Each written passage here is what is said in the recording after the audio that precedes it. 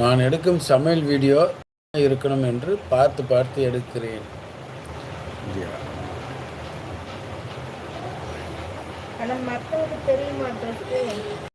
இவ்வளோ கஷ்டப்பட்டு நல்லா எடுத்து போட்டாலும் வியூஸ் போக மாட்டேங்குது.